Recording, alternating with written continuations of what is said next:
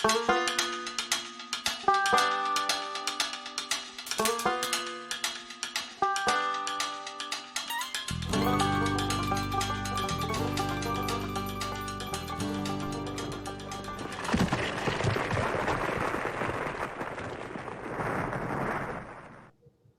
Vidania from my cellar. Not bragging, because what qualified me is nothing to brag about, but got my first Moderna shot today. 28 days later, I get my second. And 2 weeks after that, supposedly, I'm vaccinated. Looks like those late fall winter cons are in sight. Game home, winter revel. All right. We'll get going on this. I really enjoy finding all the Spelljammer lore from AD&D. Genius to have a galaxy of whatever. What's the craziest sci-fi spaceship you've heard about? The Death Star. I don't normally play sci-fi games. I have, obviously, many times. And I wrote one, or co-wrote one. But, well, not a game, but a 3-adventure arc that Eldritch did. And again, it was something like this next item I got roped into. So I'm not into that. Right now, if I was playing something other than D&D, I'd be playing post-apocalyptic, probably Mutant Crawl Classics. Gee, I wonder why. I'm writing articles for a magazine called Scientific Barbarian, which you should check out. Got a new issue forming right now, and it will be kickstarted very soon. And you ought to get in on it. It's if you're into anything post-apocalyptic, or if you, like I used to do, just like reading other genres stuff, I highly recommend it. And yeah, disclaimer, Jim is my good friend, and I edit it, and I write articles for it. Okay, I misspoke. Yeah, it's not the first time. I misspoke last time about the name of the book we did. I know that Heroes of Might and Magic is a video game. I misspoke. As a matter of fact, Heroes of Might and Magic was the very first war game that I bought on a the old hard three floppies, or no, yeah, and whatever they called those things. I still have some up in a drawer here, or up in a shelf here. And our book was actually called, whoops, there we go, Heroes and Magic. It's an anthology of fantasy short stories from Franklin Menser, James M. Ward, Timothy Kask, and Christopher Clark. I think Frank probably did this cover, and because I would have just as soon been Tim. But it's a real book, and it has an ISBN number, copyrighted in 2012, God, 9 years ago. ISBN 978-1-62123-004-5. And I believe you can get it on drive-through. I'm not sure. But anyway, I misspoke. And yes, that's just Heroes of Might and Magic is so ingrained into my computer gaming conscious. Okay, on to the next one. Thank you for answering the questions. I like the idea of all magic items having charges, which will hopefully keep the characters from relying on them too much. How would you handle charges for magical melee weapons? Well, that's an interesting question.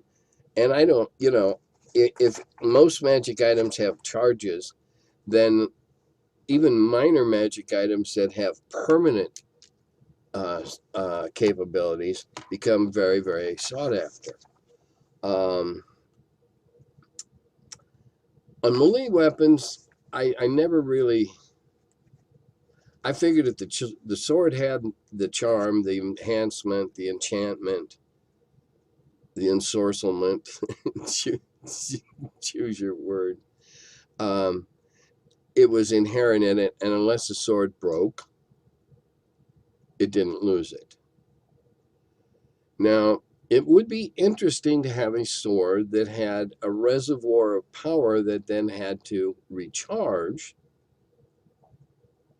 And I would make it rather large in that if you're going to decrease, nibble away at it, it should be something rather substantial. But given an amazing fight that lasted forever, it might lose its defensive qualities, no longer be a +2 against the other guy. It could maybe perhaps do that and then have to rest, have to recharge. You can make that as exotic as you want. Go take it to the Temple of Ugu and burn 3 chicken livers and to get it recharged, or just it needs to rest, or all you have to do is that night say a bless spell over it, or a cure light, or you can make that up yourself. Melee weapons, though, I think they should stay that way. All right, we'll start a discussion here. I saw an individual post on Facebook his DM rules because he was beginning to start up a new game, and so he laid all these rules out at the very beginning, and basically the players had to sign a loyalty pledge to follow the rules. I thought it was, number one, I thought several of his rules were stupid, but well, maybe stupid's not too strong. Several of his rules are nothing I would ever have dabbled with. I can see if you're starting a new group that you lay out, okay, I play first edition. This is the way we roll dice. This is that kind of stuff I think is a good idea, because then everybody from the get-go knows. If you can require dice, we go through a dice tower as long as you bring one to the table and encourage them to do the same. I mean, I believe in dice towers because it's completely randomized. No one can even think at the table that somebody palmed a die or slid a die or is unbelievably lucky. It's not possible with a dice tower. To take that to a different direction, I can see that after the game starts, as you come to decisions in terms of rules interpretations, do something like Jethro Gibbs on NCIS and start writing rules. When something happens one way, or when some lesson is learned, and you can add a whole extra set of lore to your campaign. Just an idea. But, how would you go about, without sounding like a priggish dick, we're going to play this way?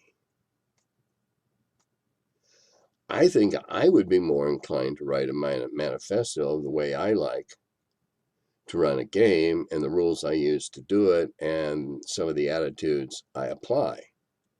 And then if it doesn't sound like their cup of tea, they can leave before they go. They can try a couple. I don't know, but I think it's an interesting question. I think it deserves some measured thought.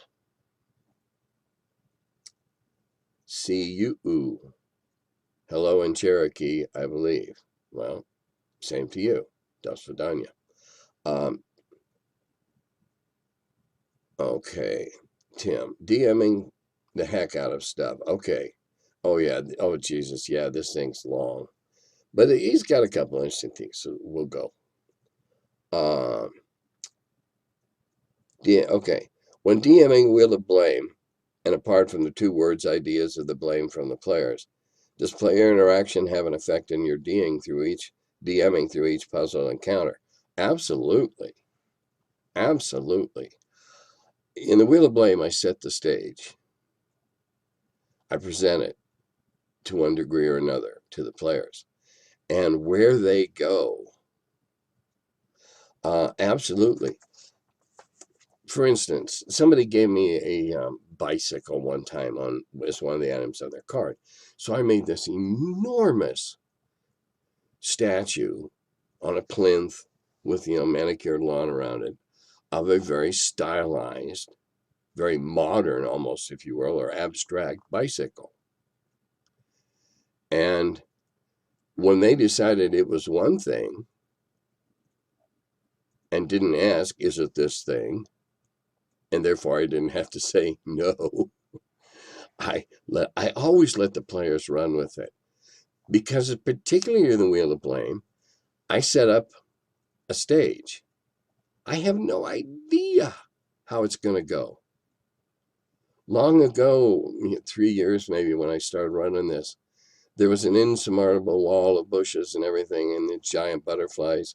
And one of the players says, I smear myself with honey and let the butterflies carry me over, or nectar. And it was so preposterous. He made such great die rolls that the butterflies, he stripped naked, smeared himself with nectar, and the butterflies carried him over the hedge. And I certainly never tried to foresee that. Again, the Wheel of Blame, I make up the encounters on the spot, literally. It's not to say that if we're in the third one and there's 5, I might not be thinking of refinements on the finale. But absolutely, I follow the lead of the players. I do the same. Even though when we were play testing, I still let them go the direction they wanted to go, because it all had to be tested anyway. I find it abhorrent, except in very limited circumstances, to railroad the group in a certain direction. There can be circumstances, but they should be very few and far between, and very germane to your overarching plot, my opinion. You often change your initial impulse resulting from gameplay and player contribution and interaction. Or do I go monster, love it or shove it? I think that if you'll talk to any of the people that have played, and I'm running another game on Monday, I think I'm very flexible. If they want to go kill it, I'll usually let them go kill it, unless it'd be funnier to make it into a coward that can speak to them, and they might, con him out of what. Go with the flow.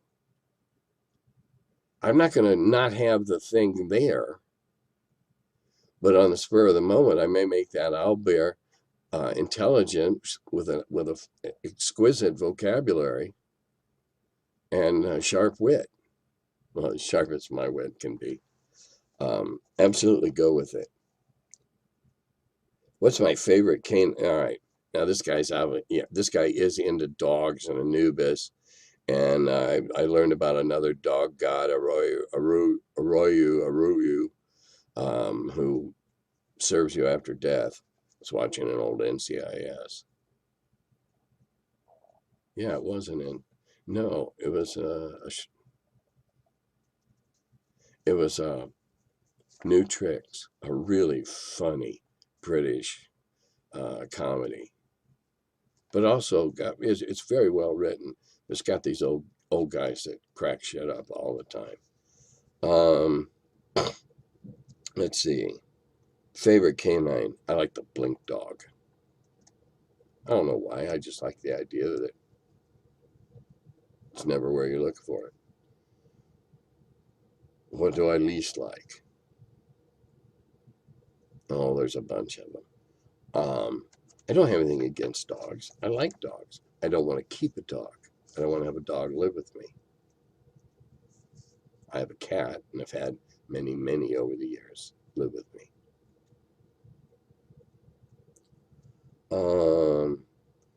He's very proud of the Pygmalion type dog monsters, human heads, and okay. Now you mentioned something here that I did in an adventure that has not been published, and that was I swapped and put human heads on dog bodies and dog bodies on human heads, or on human body, or dog heads on human bodies, dog men and man dogs, and it's a very very nasty adventure. And there's kennels underground, and there's a whole backstory of how these they're like, it's like a Dr. Moreau, Island of Dr. Moreau thing. Praise Steve to Anubis. Yeah, okay, whatever. Burn your chickens to whoever you want to burn your chickens. Hi, I've been trying to catch up on your series. Caught up last March when COVID really hit, and I think we just got caught up with the same thing as a lot of other sheltering kids from home from school. Last spring, everyone's thing was just focused on home projects right through to the fall. I just got caught up recently again. It was a treat. Oh, thank you. And kind of remembering where we were at the time. Also, my younger ones really enjoyed your stories from the cellar. Hey, I'm glad they're still there. Any of you got kids that want to listen to a story, if they're of the age where they can close their eyes and listen to a story. Because I'm not all that great to look at because I'm mostly reading out of the book. But they're there.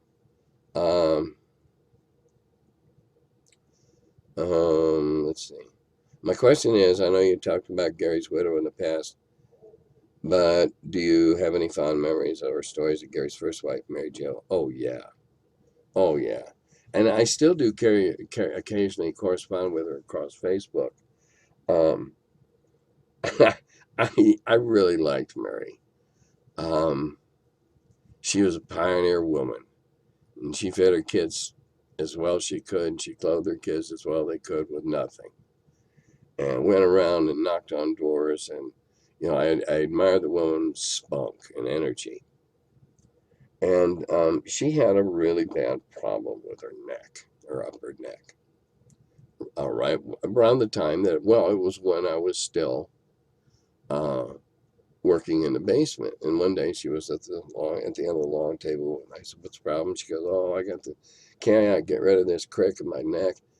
All right, as it so happened, 2 years before, during the summer, I had worked in a foundry with a senior last year student from Palmer School of Chiropractic. And he taught me and one other guy that we worked with on our breaks how to adjust the upper 7 vertebrae, which is a source of about 90% of all headaches and usually caused by muscle irregularities along here. And so I'd already been giving my wife a neck crack every once in a while. And back then my neck was flexible enough, I'd crack my own. So anyway, I said to Mary, I said, well, I know a little bit.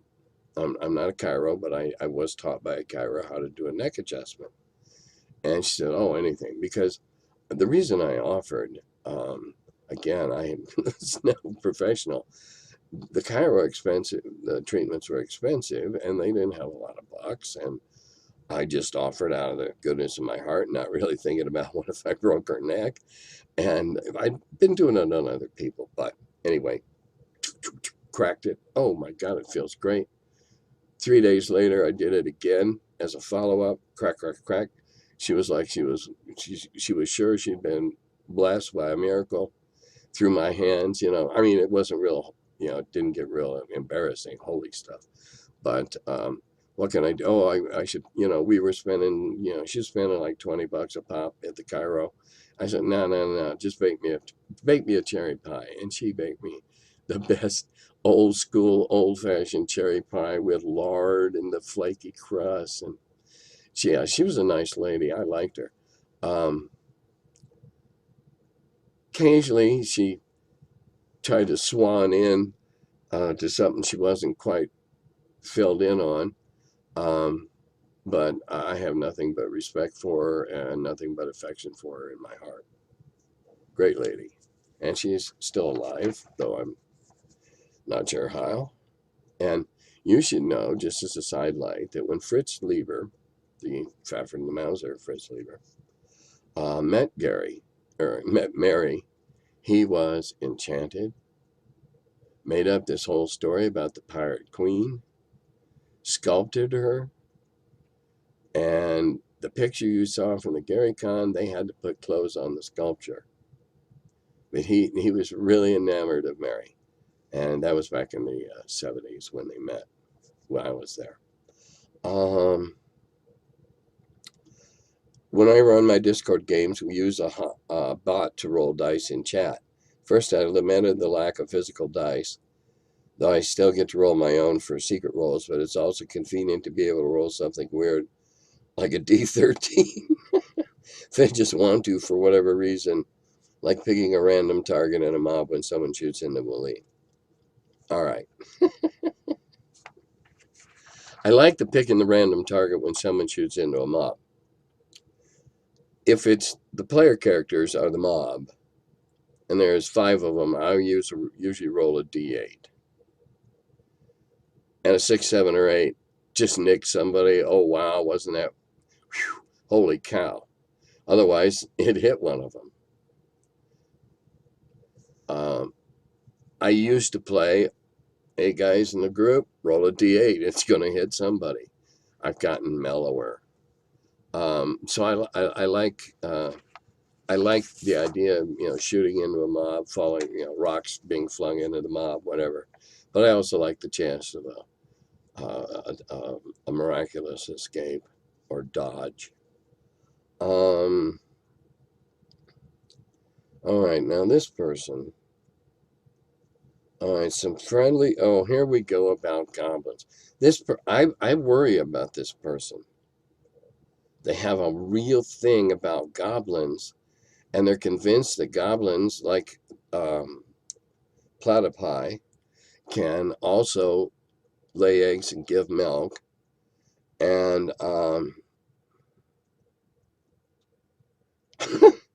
okay, your world, your goblins, not like any goblin I've ever read about in any national folk tales that I've read.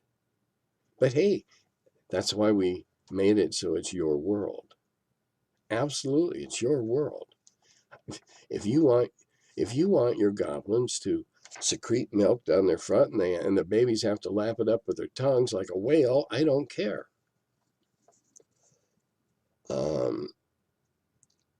Oh yeah, now they're going to give milk to their changeling temple by holding it in they get milk from surrogate mothers and they store it in a special stomach where it ferments, and which it's augmented with secretions from the goblin host body, and then they feed it. Hey, your world? Okay, all right. You say this may or may not occur on Tim World. Actually, the name of my world is Makanda.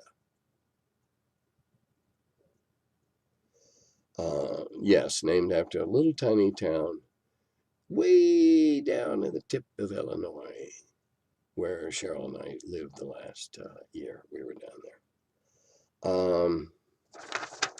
No, I don't have a Tim World per se. I had a hiccup with my printer earlier, so I had to print a part of it back onto the second page. Okay, now we have someone that wants to talk about, and I don't mean this to sound snotty. Now we're going to talk about spell dreaming and Vancian magic paradigm. I submit to you that Vancian magic systems do not preclude spell dreaming. When no matter what Vancian magic demands of a spellcaster in terms of their behavior and mindset, it is completely replicable within a dream, as in reality. This is something we've all done, all right, most of us. Again, I feel left out. I've never cast a spell. One studies and studies, learning to perform certain tasks, remember certain formulae, etc. Then falling into one's bed exhausted, one dreams of the day's activity and for performing the task one has been learning to perform. So I lay that argument at your feet, sir, knowing full well that this is not the case in Makanda.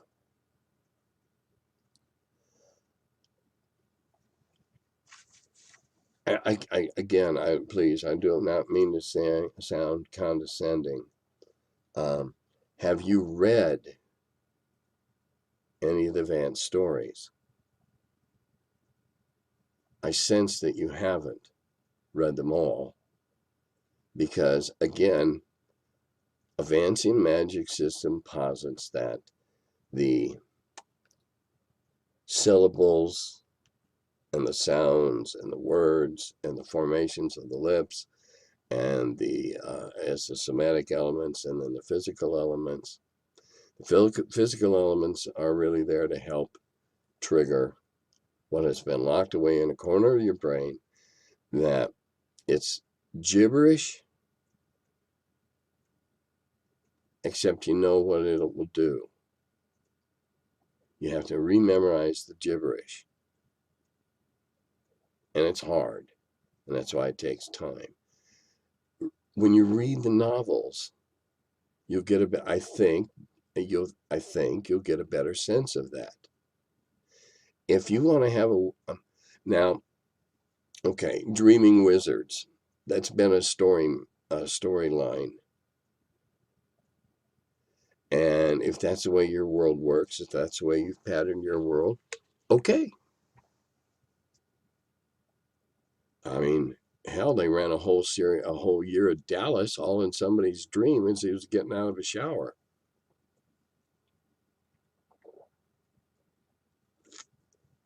For those too young, Dallas is an old TV show that ran for many years with a bunch of hack actors. Obviously, I was not a fan. Oops, pardon me, I had a drink. Where am I? Okay. If you want to spell dream, that's fine. That would make a great curse to lay on a magic user, or to a magic user to acquire from handling something, that he's prone to spell dreaming, charms his whole group, and they all end up trussed up in front of the ogres, in front of ogre court with Judge Jerry. Well, now there's a fever dream.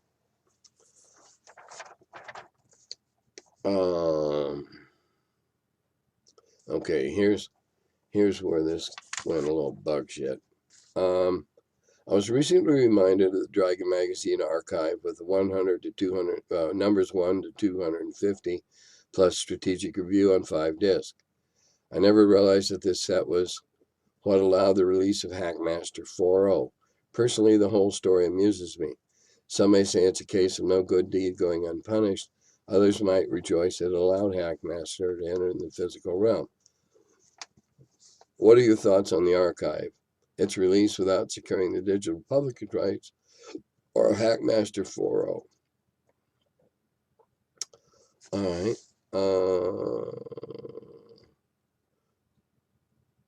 Okay, you got it all there. As you know, chronologically, I was not involved in that. As soon as I saw one, and it was several years after it came out, and when they were still reasonably inexpensive. Well, they were expensive then, but nowhere near as many dollars as they are now on eBay if you see one. Didn't know it was out for a long time. I noticed right away a few things. Number one, all the page numbers are scrubbed. At least the copy I have, there are no page numbers. Number two, as I was leafing through some, I noticed, no, this doesn't feel right. This doesn't feel right. There was stuff missing. Different kinds of stuff. And it led me to believe that when I heard about the shit that hit the fan about it being published, it led me to believe that TSR had not gone and contacted all the authors, especially the ones that were published under my tenure, because as was standard at the time, but it was changed in 81, 82, somewhere in there, rights were just first rights with a right of reprint. That meant they got paid once at the going rate, And if it was such a good article that it went into a best of, they got an honorarium, a flat fee. That was standard back then. None of us, well, I'm not trying to make a division here, but none of them were pro writers aspiring, yes. Pro artists aspiring, yes. I was learning to be a pro editor.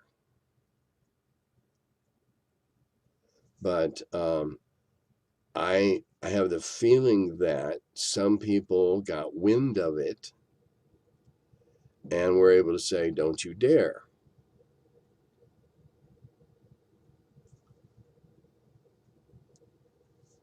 And therefore, some things are missing.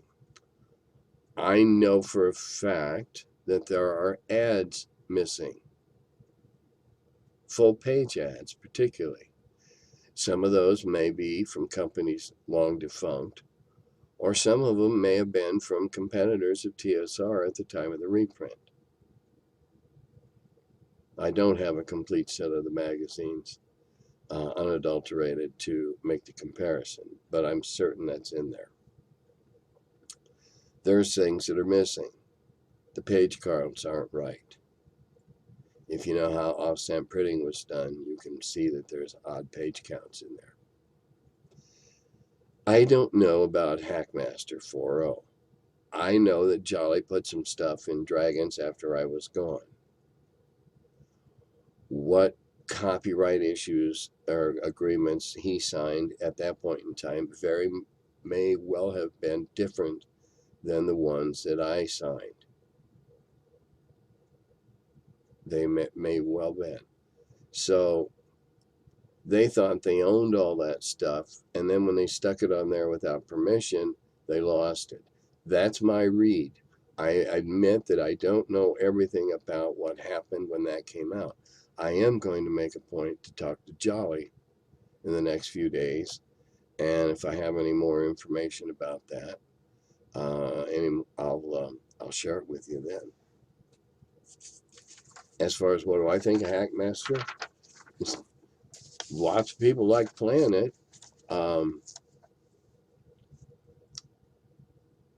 I've always had the feeling, and I don't know if this is true, but I've always had the feeling that Jolly and Company set out to spin a game so preposterous, so rules heavy, they took it to an extreme where it was going at that time, and the knights were in that extreme with their plus 12 Hackmaster swords and all that. And all of a sudden, the readership says, well, okay, we want to play the game, and they created a market. I've always had, and God bless them, it worked. And I don't mean that in any way to be denigrating. No way whatsoever. I think it's brilliant. All right, we got two more things here.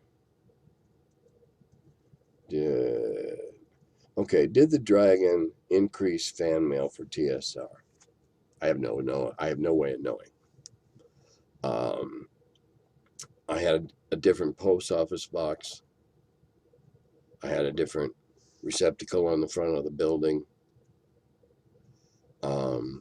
I know that I got increasing amounts of both fan mail and unsolicited manuscripts and artwork, some of whom were, brilliant and later worked for TSR. I have no idea what kind of fan mail. The only kind of fan mail in those first several years that I would think of isn't really fan mail. It'd be all the people writing this and asking questions with their self-addressed stamped envelopes. And fan mail wasn't a thing. All right, and here's something else that we can talk about in the coming weeks, perhaps.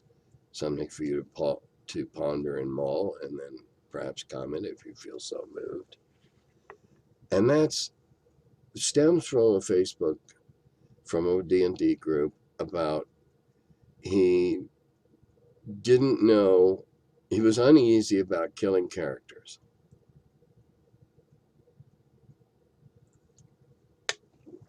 and reluctant to do so. I have a cozy that I've had for years and years and years. It's all cracked, as you can see. And this is a mantra that a DM has to absorb. I never turn this the right direction. I'm not, yeah, being high, 1 a.m. and backwards. I'm not insensitive. I just don't care. And substitute don't with can't. If I kill a character, yeah, I'm sensitive to the fact that it can be a big emotional drain. The mental adrenaline you had going in the middle of the fight, and I'm dead, just washes out of you. And certainly I can understand that. I don't have occasion to play with people that have had characters that they've nurtured for years. But that's not to say that characters didn't die in Carbondale besides Deathless Bob.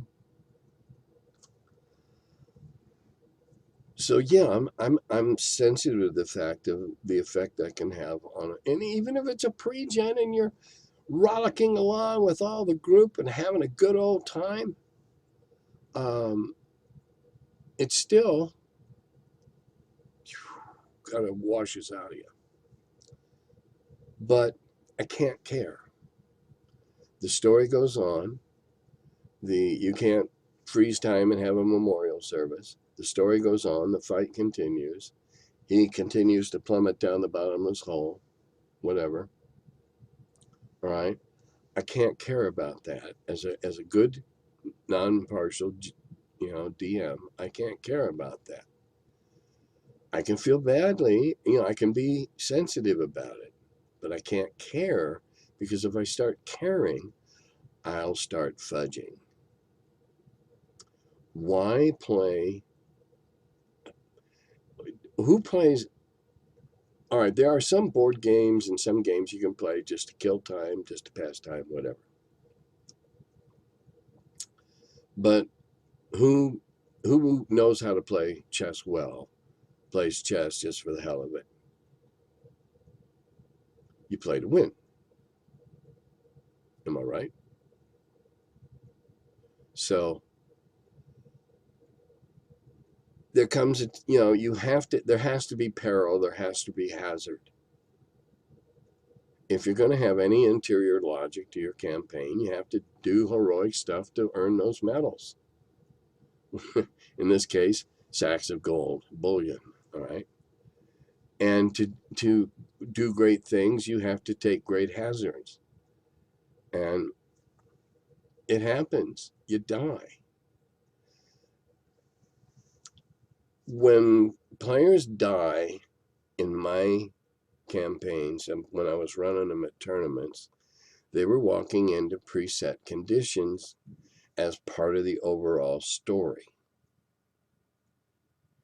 When they walked into that place that had the skull you weren't supposed to put on the skeleton in the silk robes you were supposed to talk to.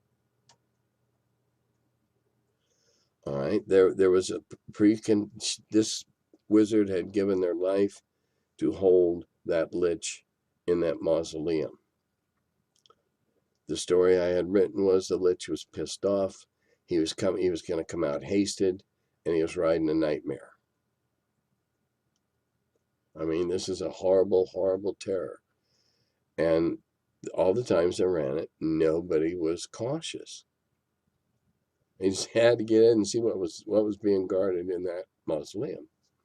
And as often as not, it ended up in TPKs.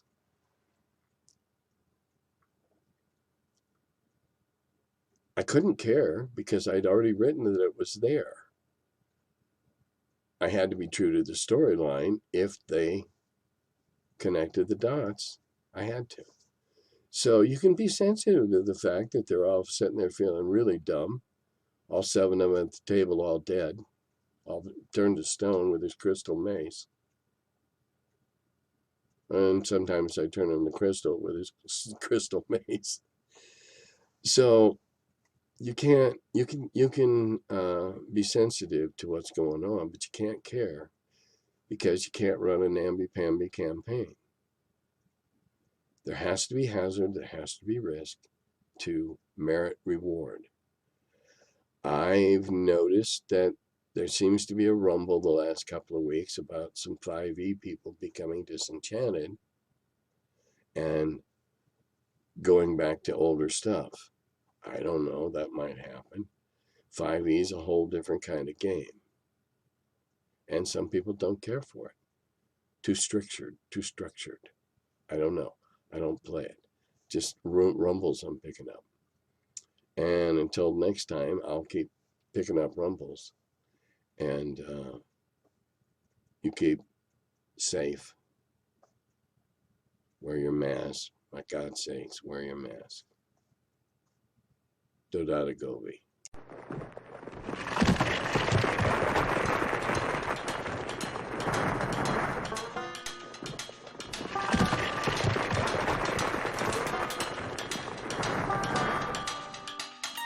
Oh, hello. I'm still figuring out when this thing starts. Welcome to my cellar. He's the curmudgeon who wrote about the dungeons. Now he's the feller, live from the cellar. Talks about D&D and old school RPGs. Still quite a feller, a curmudgeon in the cellar. Last man around when the race went down. Calling Gary in that Lake Geneva town. Hey Gary, it's an awful mess. Let me edit, we'll have success. D&D and Dragon Magazine. He's the curmudgeon who wrote about the dungeons. Now he's the feller, live from the cellar.